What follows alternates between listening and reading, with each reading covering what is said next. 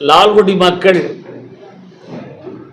என்னை தேர்வு செய்யவில்லை என்று சொன்னாலும் முதல்வர் அவர்கள் தேர்வு செய்து ஒரு அமைச்சருக்கு நிகரான ஒரு வாரியத்தை தந்து என்னை பணியாற்ற அமர்த்தியிருக்கிறார்கள். அவர்களுக்கு என் சார்பாக, எங்கள் திருச்சி மாவட்ட மக்களின் சார்பாக முதலில் நன்றியை தெரிவித்துக் கொள்கிறேன்.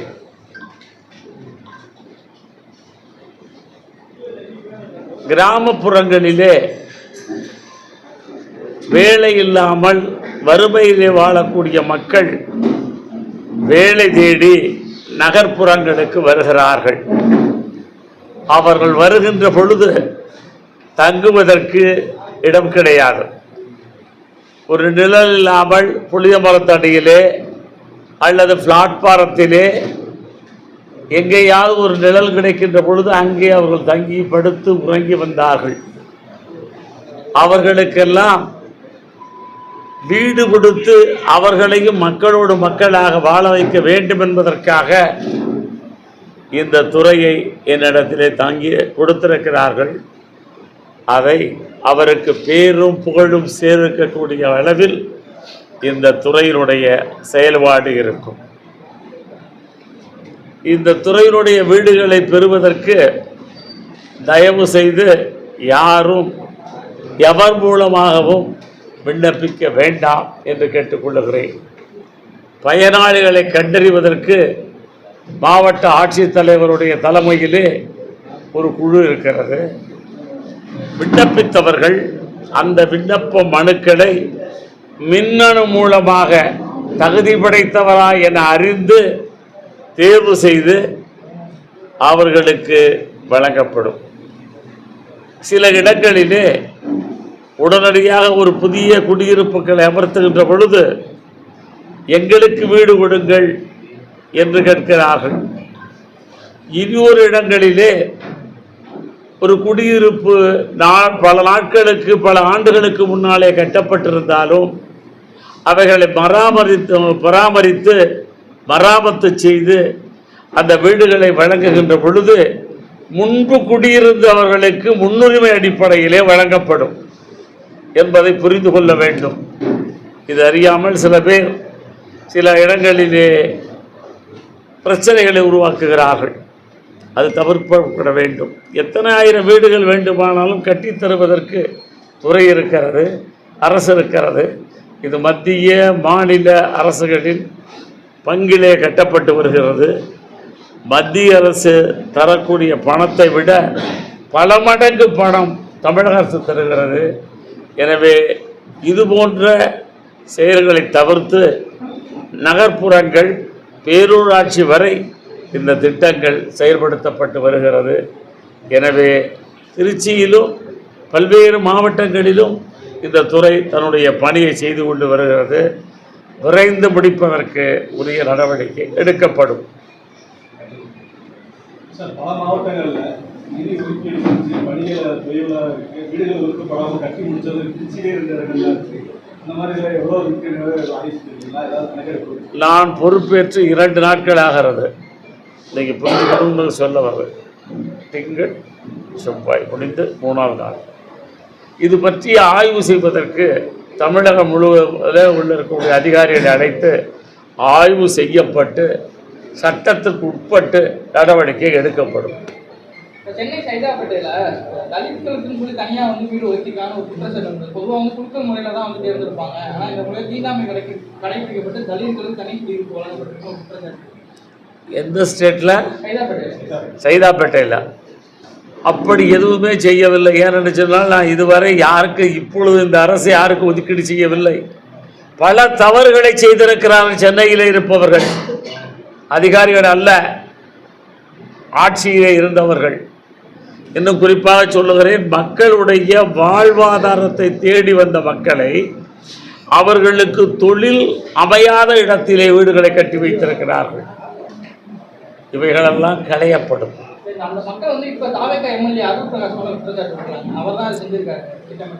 எப்படி சார் அவர் இன்னைக்கு எம்எல்ஏ திட்டமிட்டிருக்க முடியும்? யோசனை இப்படி பாருங்க. இந்த ஆட்சி பொறுப்பேற்று 25 நாட்கள் முடிந்து 27 இருக்கும். 27 நாட்களில் அவர் பதவியேற்றது எப்போ? அதுக்குள்ளே எப்படி அவர் செஞ்சுருக்க முடியும்? இந்த ப்ரெஸ்ஸை பார்க்குறதே இதுக்காகத்தான். இது பதவி பறிபோனவர்கள் ஆதங்கத்திலே மக்களை தூண்டிவிட்டு கொண்டிருக்கிறார்கள். ஏனென்று சொன்னால் எல்லா சட்டமன்றங்களிலும் இதுபோல வீடுகள் கட்டித்தரப்படும். அது குறிப்பாக சென்னை, மதுரை, திருச்சி, கோவை போன்ற பெருநகரங்களிலே இது கட்டிப்பிடிக்கப்படும். அவர் ஒரு மாதம் கூட ஆகலை, அவர் எப்படி ஒதுக்கீடு கொடுத்துட முடியும்? நான் தான் சொன்னேன், ஒன்றை சொல்லும் பொழுதே ஒன்றை சொன்னேன். அவர் சட்டமன்ற உறுப்பினரோ அமைச்சரோ நானோ ஒதுக்கீடு செய்ய இயலாது. மாவட்ட ஆட்சித்தலைவரிடத்திலே அவர் ஒரு தலைமையில் அமைக்கப்பட்ட குழு கணினி மூலமாக பரிசோதிக்கப்படும். அவருக்கு எத்தனை குழந்தைகள், யாருக்கு வீடு வாங்கியிருக்கிறார்கள், எவர்களுக்கு கொடுக்கவில்லை, அவர் இந்த வீட்டை பெறுவதற்கு தகுதி உடையவரா என்பதையெல்லாம் கணினி மூலமாக அறிந்து அவருக்கென்று ஒரு கோப்பை உருவாக்கி அவர்களுக்குத்தான் தருவோம், தந்து கொண்டிருக்கிறோம். அதே போல கைவிடப்பட்ட நிறைய குடியிருப்புகளும் சமூக விடுதி கூடலாம் மாறி இருக்கு, பல இடங்கள்ல இருக்கு. அதெல்லாம் டெமாலிஷ் நம்ம இருக்கு அப்படிங்கிறாங்க. இல்லை, என் கவனத்துக்கு வந்திருக்குது, நான் இல்லைன்னு சொல்லலை. சமூக விரோத கூடாரங்கள் எங்கே இருப்பதற்கும் இந்த அரசு இடமளிக்காது, யாராக இருந்தாலும் சரி. அதாவது ஒருவருக்கு பிழைப்பு வேண்டும், அந்த பிழைப்பு வீடு கட்டியிருக்கக்கூடிய பகுதியிலே அந்த பிழைப்பு ஒரு கிடைக்காமல் இருக்கலாம். எனவே அவர் அந்த இடத்தை வைத்திருக்கிறார்கள்.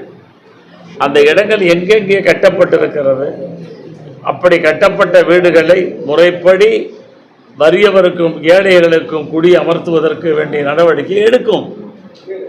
சார், நீங்கள் வேளாண் துறை அமைச்சரெல்லாம் இருந்திருக்கீங்க. இப்போ தமிழக விவசாயிகளுக்கு 50,000 ரூபாய் கடன் தள்ளுபடி இருக்குது. ஆனால் அது கொடுத்த வாக்குறுதி வேறு 5 ஏக்கர் உள்ளவர்களுக்கும் தள்ளுபடி இருக்குதுனால கொடுக்கலங்கிற விவசாயிகளுக்கு. அதாவது கொடுக்க வேண்டும் என்ற மனது எங்களுடைய தளபதியிடத்திலே இருக்கிறது. முன்னால் இருந்தவர்கள் துடைத்து கூட்டி அள்ளி கொண்டு போய்விட்டதனாலே நிதி பற்றாக்குறை. நிதி சீரடையும் பொழுது எல்லா கோரிக்கைகளும் நிறைவேற்றுவார் என்னுடைய வெள்ளை அறிக்கை வெளியிடப்பட்டுலாம் சொல்லியிருந்தாங்க. பண்ணுவார், சொன்னதை செய்யக்கூடியவர் என்னுடைய முதல்வர்கள் செய்வார்கள். யாருப்பா?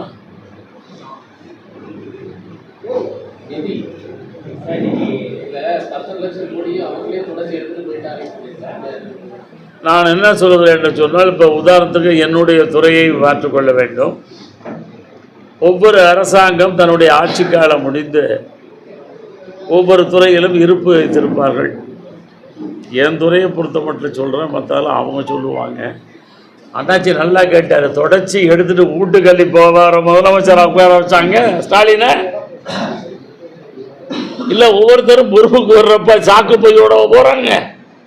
எப்படி எப்படி செய்யணுமோ அப்படியெல்லாம் செய்வார்கள் விஞ்ஞான ரீதியிலே.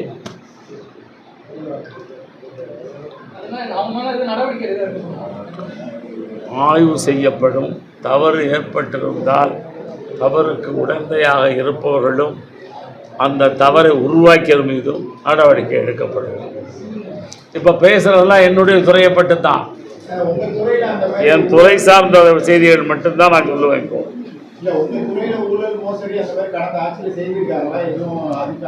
சார், இது போர்டு, இந்த போர்டுக்குன்னு பணம் இருக்கு, லாபகரமாக பணம் இருந்தது. அந்த பணம் ஆட்சி மாறி இப்போ எங்கள் கையிலே இருக்கின்ற பொழுது கணக்கிலே குறைவாக இருக்கிறது என்பதை மட்டும் இப்பொழுது நான் சொல்லுகிறேன். நடந்த தவறுகளுக்கு, தவறை நடத்தியவர்களுக்கு நடவடிக்கை எடுக்கப்படும். இனி இது போன்ற தவறுகள் நடக்காமல் தடுக்கப்படும். கூட்டணி கட்சிகள்லாம் நிறைய கோரிக்கைகள்லாம் வைக்கிறாங்க. திரைமுறைகள் விசிகே எடுத்தீங்கன்னாக்கா ஏடிஜிபி ப்ரமோட் என்னது ஏடிஜிபி லஞ்ச ஒழிப்புத்துறையில் போஸ்டிங் போட்டிருக்காங்க. விசிகே ப்ரெஷர் கொடுத்ததுனால தான் போட்டிருக்காங்கன்னு ஒரு தகவல். ஆளுகின்ற கட்சி மீது ஆசைப்படுகின்ற கட்சி குற்றச்சாட்டை சொல்லுவது வாடிக்கை. இந்த குற்றச்சாட்டுகளுக்கெல்லாம் நாங்கள் செவிசாய்க்க மாட்டோம். உண்மை இருந்தால் அது பற்றி விசாரணை நடத்தப்படும். உங்க தலைவர் பிரச்சாரத்தப்ப வந்து மிகவும் இடைஞ்சல் கொடுத்தது அருண் தான், சென்னை மாநகர ஆணையர் அப்படின்னு உங்களுடைய இப்ப நிர்மல்குமார் ஆதரவே சொல்லியிருக்காரு. அப்புறம் இப்போ யாரு நான் கேட்கறது? தம்பி கொஞ்சம் விளக்கப்பா, சொல்லுங்க. அதாவது நீங்க தேர்தல் பிரச்சாரத்தப்ப உங்க தலைவர் வந்து சென்னையில பிரச்சாரம் பண்ண முடியல, அதுக்கெல்லாம் இடைஞ்சல் கொடுக்கறது சென்னை மாநகர காவல் ஆணையர் இந்த அருண் அப்படியே குற்றச்சாட்டு கொண்டு வச்சாங்க. இப்போ அவருக்கு லஞ்ச ஒழிப்புத்துறை இயக்குநராக கொடுத்துருக்கீங்க. இது எப்படி? ஏன்னா ஆல்ரெடி வந்து திமுக முக்கியமான அமைச்சர்கள் மேலெல்லாம் வந்து வழக்கு இருக்கு, இதெல்லாம் நேர்மையாக நடைபெறுமான்னு எல்லாரும் கேள்வி எழுப்புறாங்க. நேர்மையான அதிகாரிகள் தான் இந்த நாட்டை ஆள வேண்டும் என்று நாம் நினைக்கிறோம், இருக்க வேண்டும் என்று நினைக்கிறோம். சில நேரங்களிலே உங்களை போன்ற சுட்டிக்காட்டுவது போல சில தவறு நடக்கலாம். ஆனால் எங்கள் முதல்வர் நன்றாக ஆய்வு செய்த பிறகுதான் அவருக்குரிய பணியிலே அவர் அமர்த்தி இருக்கிறார். சார், குற்றச்சாட்டு சொல்லுவது என்பது இயற்கை குற்றம் நிரூபிக்கப்பட்டிருக்கிறதா? இது எல்லாத்துக்கும் பொருந்தும். ஏன்னா நீதிமன்றத்தில் கொண்டு போய் நீதிமன்றத்தில் விசாரணை நடத்தி அந்த நீதிமன்றம் தண்டித்திருந்தால் இருக்கும். நாங்கள்லாம் வந்து குற்றச்சாட்டை மத்திய அரசாங்கம் சொன்ன பிறகு கூட எஃப்ஐஆர் கூட போடாத ஆட்சியெல்லாம் நீங்கள் பார்த்துருப்பீங்க. விஜய் பிரச்சாரத்துக்கு அனுமதி கொடுத்தது வந்து அருணுடைய தவறு கிடையாதுன்னு சொல்ல வரீங்க. ஏன் சார், நான் என்ன சொல்கிறேன் சார், இப்போ திருச்சியை வச்சுங்க சார், நீங்கள் சென்னை போகிறீங்க. முதல் அவர்கள் வேட்புமனு தாக்கல் செய்த பொழுது அவருக்கு முறையான பாதுகாப்பு வழங்கப்பட்டது. இரண்டாவது முறை பிரச்சாரத்திற்கு வருகின்ற பொழுது பாதுகாப்பு காவலர் எண்ணிக்கை குறைக்கப்பட்டது. அது என்ன பண்ணுறது? நீங்க மனுலாம் கொடுத்து தேர்தல் ஆணையத்தில் கொடுத்து தான் ஒரு மாநகர ஆணையம் சென்னை மாநகர ஆணையம் மாற்றினாங்க. அப்படி இருக்கிறப்ப இப்போ எல்லாரும் அந்த கேள்வி எழுப்புறாங்க. அதனால கேட்குறோம். அதிகாரிகள் ஒரு பக்கமாக சாயக்கூடாது என்பதற்காக தேர்தல் ஆணையத்திலே மனு கொடுத்திருப்போம். அந்த மனு நடவடிக்கை எடுத்திருப்பார்கள். அதற்கு பிறகு உரிய விசாரணை எங்கள் ஆட்சி வந்தவர்கள் நடத்தியிருப்போம். நல்லவர் தெரிந்தால் அவர்களை பணியிலே அமர்த்துவோம். அந்த குற்றச்சாட்டுக்கு அவருக்கு சம்பந்தமில்லை என்றால் பணியிலே அமர்த்துவோம். இதில் என்ன தப்பு இருக்கு?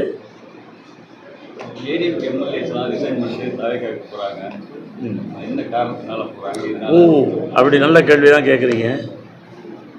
நாட்டில் வந்து எங்களுடைய தலைவருக்கு நிகரான நல்ல தலைவர் நாட்டிலே இல்லை என்று அவர்கள் அறிந்து கொண்டிருக்கிறார்கள். அவர்கள் வந்து சேருகிறார்கள். சேருவரை வேண்டாம் என்று நான் சொல்ல முடியும். என்னங்க, யாருக்கு தெரியும்? அரசியலிலே இன்று நடப்பது நாளை நடக்கும், நாளை நடப்பது எவரும் அறிய முடியாது. எதுவும் நடக்கும். என்ன சார், எனக்கு அது புரியல. அது என்ன குதிரை பேரம்? விளக்கு நீங்களே சொல்லுங்க. பத்திரிகையில எழுதுறீங்க குதிரை பேரம். நாங்க என்ன அரேபிய நாட்டுல குதிரை வாங்க போறோம்?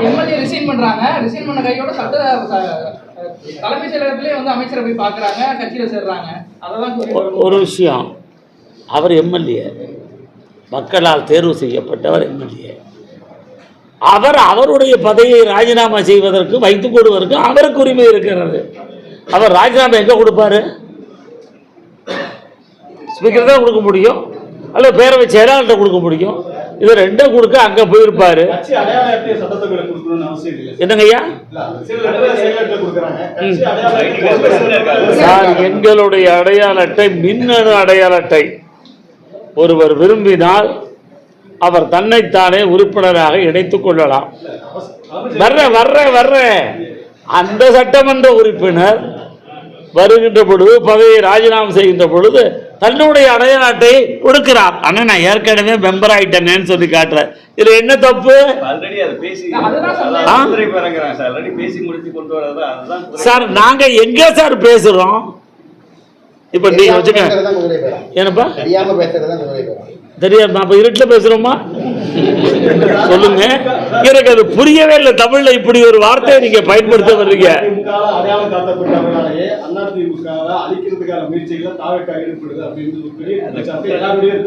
இப்ப நான் கூட உங்களை கேட்கிறேன், உங்க மாவட்டத்துல என்ன எதிர்த்து நின்னவங்க அதிமுகவை எம்எல்ஏவை தேர்வு செய்யப்பட்டார்கள். அவங்க என்ன இருக்காங்களா? எங்க இருக்காங்கன்னு தெரியல. அது எப்படி குதிரை பேரமாகும்? அது என்ன ஒரு வார்த்தை? குதிரை பேரம்னா நாங்க அரபு நாட்டுல குதிரை வாங்க போறோமா? சொல்லுங்க. இல்ல மணப்பாறை மாதிரி துண்டை போட்டு மாடு வாங்க போறோமா? அதுதான் தெரியாம இல்லையேப்பா. சார் அங்க பேரப்படுத்துறதே உங்களை ஏற்றி விடாமதான் சொல்றாங்க. அப்ப நான் கேட்கிறேன், ராஜினாமா பண்ண சீட் கொடுத்தீங்களா? வந்து சேர்ந்துட்டாங்களா? உங்களுக்கு திருப்பி தாவாக்கால சீட் கொடுத்தீங்களா? யாருக்கு அதிமுக வந்து ராஜினாமா பண்ணல சார்? அவர்கள் ராஜினாமா செய்து விட்டார்கள். அந்த இடம் காலியாக இருக்கிறது என்பதை தமிழக சட்டப்பேரவை அறிவித்து விட்டது. தேர்தல் நடக்கின்ற பொழுது நீங்கள் அதை பார்த்துக் கொள்ளலாம். அப்ப அது குதிரை பேர் தானே இருக்கும். அது எக்கிட்டையா குதிரை பேருக்கு அர்த்தம் தான் புரியலங்கிற நாடு. குதிரை பேரன்னா என்ன சார்? அது திரைவரைகளை நடக்குது சார். என்ன செய்யணும், எது எப்படி செய்யணுங்கிற சார்? தமிழ்நாட்டில் ரெண்டு இடம் தான் சார் நடக்குது. மணப்பாறையில் மாடு வாங்குறதும் அந்தியூரில் குதிரை வாங்குறதும் நடக்குது. எங்கேயுமே கர்ச்சீப்பை போட்டு துண்டை போட்டு மறைக்க வேண்டிய அவசியம் எங்களுக்கு இல்லை. இல்ல சார், இல்ல இன்னொன்னு திருமாவளவனே இப்ப அமைச்சரவையில் இடம்பெற்ற திருமாவளவனே குதிரை பேர் நடக்கக்கூடாது விமர்சனம் பண்ணியிருக்காரு. நான் கேட்குறது, திருமாவளவன் எங்கள் அமைச்சரவையிலேருந்து எங்கள் கட்சியில் சேர்ந்துட்டாரா? எங்கள் அமைச்சராக நம்ம சட்டமன்ற உறுப்பினர் சேர்ந்துருக்காரா? இல்லை இல்லை. அவர் ஒரு அண்ணன் திருமாவளவன் தனி கட்சி வச்சுருக்காரு, அதுக்கு தலைவராக இருக்கார். ஒவ்வொரு கட்சியினுடைய தலைவரும் தங்களுடைய கட்சியை பற்றி கருத்து சொல்வதற்கு உரிமை இருக்கிறது. அது அவருடைய கருத்து. அது கவுன்சில் கட்சிக்கு இதே மாதிரி கருத்து சொல்றாங்க. என்னப்பா? கவுன்சில் கட்சிகளும் காங்கிரஸும் சொல்லுங்க, ஜோதிமணியும் சொல்லுங்க. எனக்கு புரியலமா சொல்லுங்க கம்யூனிஸ்ட் கட்சிகளும் இதே மாதிரி எதிர்த்து வச்சிருக்காங்க. நீங்க வந்து சார். ஜனநாயக நாட்டில் ஒரு கொள்கையை எதிர்ப்பதற்கும் வரவேற்பதற்கும் உரிமை இருக்கிறது. அவர்கள் அவர்களுடைய உரிமையை நிலைநாட்டுகிறார்கள். இதில் ஒன்றும் தப்பு இல்லையே சார். இது முதல்வர் சொல்லலாமே, இந்த மாதிரி நடக்கலன்னு ஒரு வார்த்தை சொல்லலாமே சார். வாயை திறக்க ஏங்க, நான் தெரியாம கேட்கிறேன். என்னைக்காவது பத்திரிகையாளர் ஸ்டாலின் சந்திச்சாரா? விளக்கம் கேட்டிருக்காரா? கேட்டீங்களா? நீங்க சொல்லியிருக்காளா? இல்லை இந்த நாட்டுடைய பிரதமர் மோடி எங்கேயாவது பத்திரிகையாளர் சந்திச்சிருக்காரா? நீங்க கேள்வி கேட்டீங்களா? விளக்கம் சொன்னாரா? ஆட்சியை நாங்கள் சீர்படுத்துவதற்கே எங்கள் தலைவர் காலையில் பள்ளி மாணவரை போல டிஃபன் கிளாஸ் எடுத்து வந்துட்டு சாயங்காலம் வந்து வேலை பார்க்குறாரு. எந்த நாட்டில் எந்த மாநிலத்தை எந்த முதலமைச்சர் பண்ணுறாங்க? எது ஒரு துறையை ஒரு அதிகாரியை மாற்றுவதற்கு முன்னாலே அந்த துறையை ஆய்வு செய்து அதிலே அவர்களுக்கு திருப்தி அடைந்த அதிகாரிகளை மட்டும்தான் பணியமர்த்துகிறார்கள். இதில் ஒன்றும் இல்லை. நீங்கள் ஐஏஎஸ் எவ்வளோ பேர் இருந்தாலும் பதவி கொடுத்தா ஆகணும். கொஞ்ச நாள் தான் விஆர் வைக்க முடியும், முழுக்க விஆர் வைக்க முடியாது. அப்போ உங்களுக்கு பதவி கொடுக்கணும். இல்லை அது இல்லை சார், பேட்டி தரலன்றாங்கல்ல. ஸ்டாலின் பேட்டி கொடுக்கணும்னு அவரை மாற்றிட்டாங்க. மாற்ற வேணும்னா உங்களை கொண்டு வந்து நான் ஒரு சாதாரண போர்டு சேர்மன்.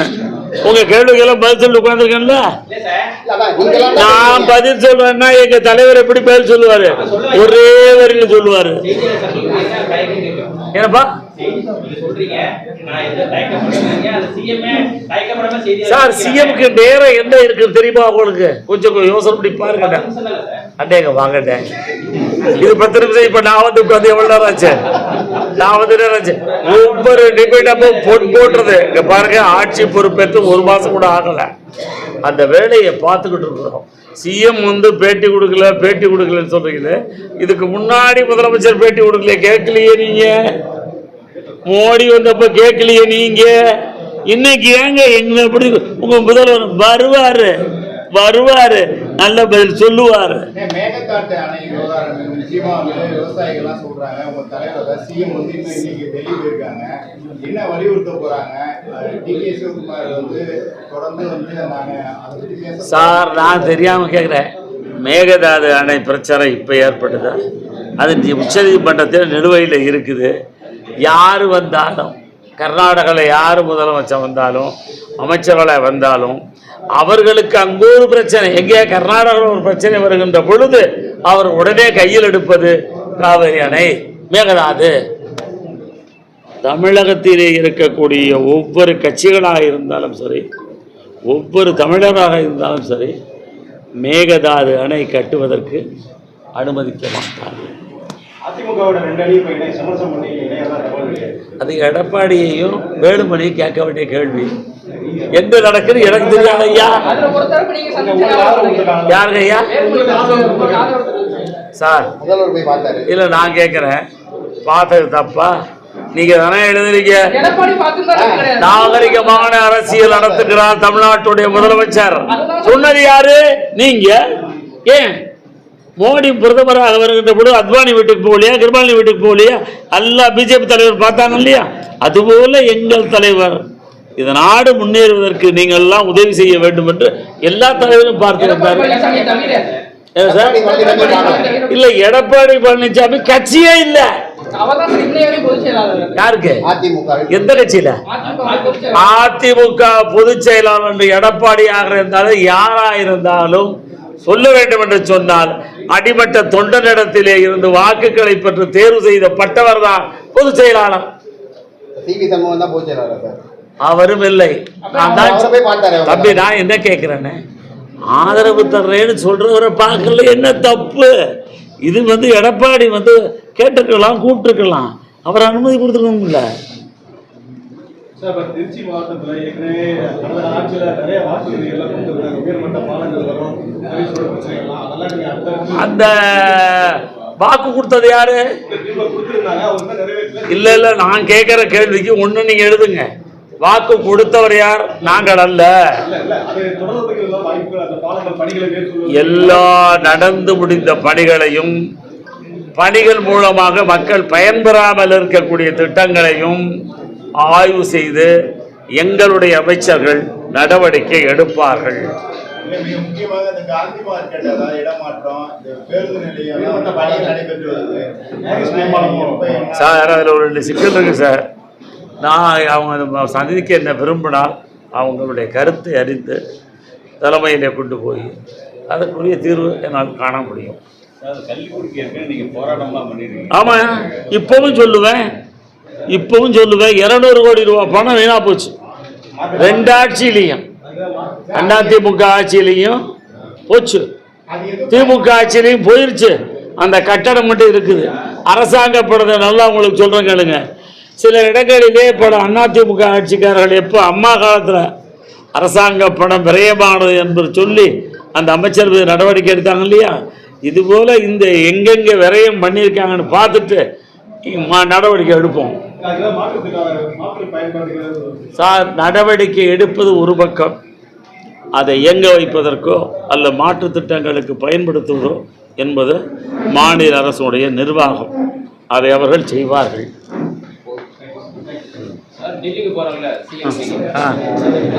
போன அரசுல நிதி வைக்கப்பட்ட நிதி எல்லாம் திரும்ப கேட்பது நம்முடைய உரிமை. கேட்போம். எப்பா விரைவில் திருச்சி மாவட்டத்திற்கு ஒரு செய்தியை நானே சொல்லிடுறேன். பொங்கி வரும் காவிரியின் புனல் போல எங்கள் தமிழகத்தினுடைய முதல்வர் திருச்சிக்கு விரைவில் வர இருக்கிறார். தேதியும் நேரமும் இடமும் அறிவிக்கப்படும்.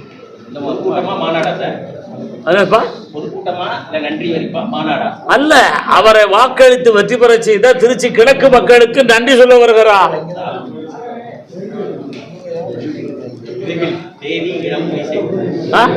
தேதி நேரம் இடம் பின்னர் அறிவிக்கப்படும்.